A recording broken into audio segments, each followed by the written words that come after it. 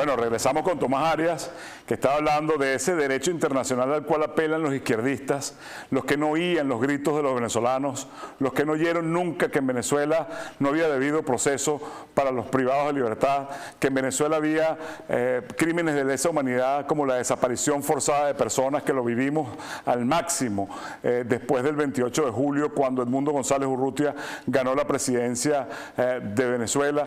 Ese derecho internacional al cual apelan quienes simplemente sacaban comunicados y no les importaba lo que ocurría con el pueblo venezolano. Ese derecho internacional de quien hablan, que hablan de soberanía cuando se violentó la soberanía popular de Venezuela el 28 de julio, pero además tenemos conocimiento de que efectivamente el señor Nicolás Maduro estaba vigilado por gendarmes o militares cubanos en suelo venezolano, así como tienen en sus manos la identidad de los venezolanos en la DIEX, como tienen las notarías y los registros de los cubanos, ¿no? La foto de los detenidos, de los fallecidos, es importante esto. Hay en un video hoy, tienes dos links, uno de un video y uno de las fotos de cada uno de los que formaban parte del anillo de protección más cercano. 32 militares 32 cubanos. militares cubanos del G2 cubano, que estaban manipulando y que ellos siempre negaron abiertamente las acusaciones o las denuncias realizadas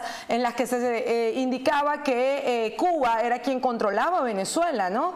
El régimen cubano publica la lista de militares de la isla fallecidos en Venezuela.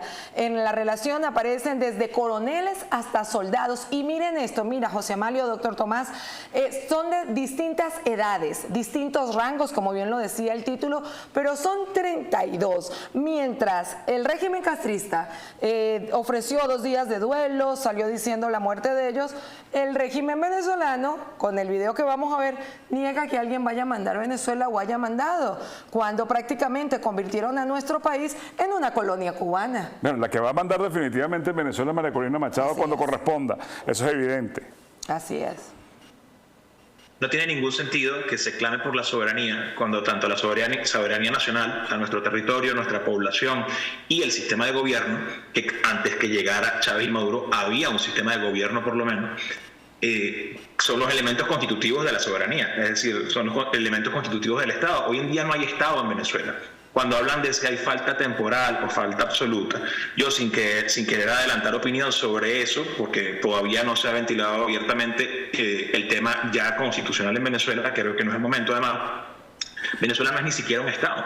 Es decir, hablar de falta temporal o falta absoluta sería hablar de que hay un presidente. En Venezuela no hay presidente, porque en Venezuela hubo unas elecciones y el único presidente electo que hay es el señor don Edmundo González Urrutia. Ese sí es el presidente electo de Venezuela.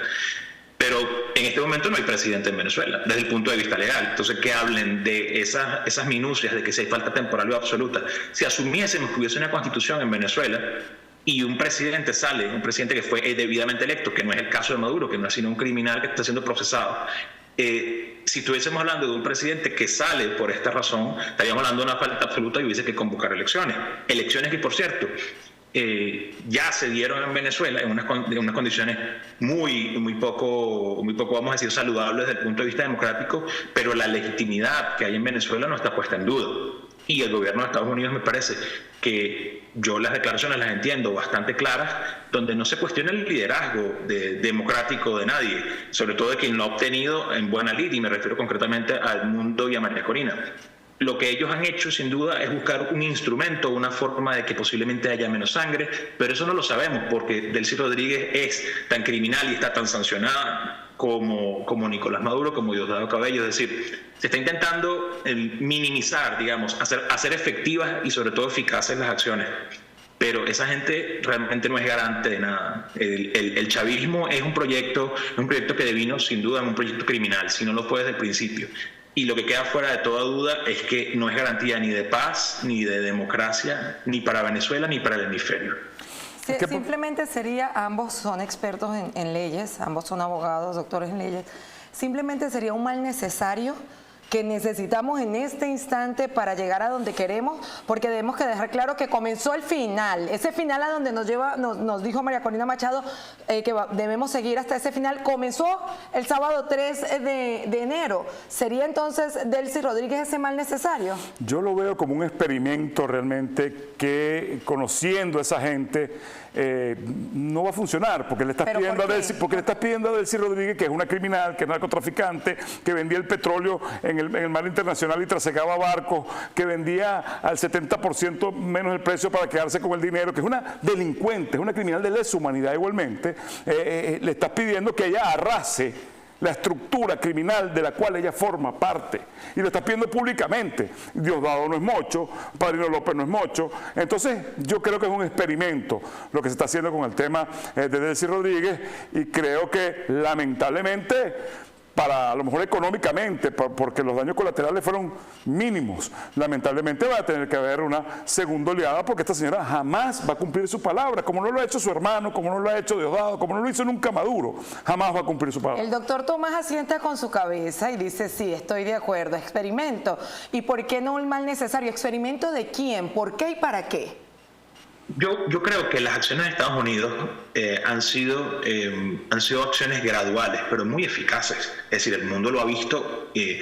Amigos o detractores de Estados Unidos pues lo tienen que reconocer. Han sido acciones que han ido increciendo claramente, con presión, intentos también de que esta gente entrara, vamos a decir, o reaccionara, entrara en un mínimo de razón. No podían hacerlo porque no pueden cumplir acuerdos, porque ellos también tienen sus propios acuerdos como organización criminal compleja, que son con grupos adentro del territorio venezolano.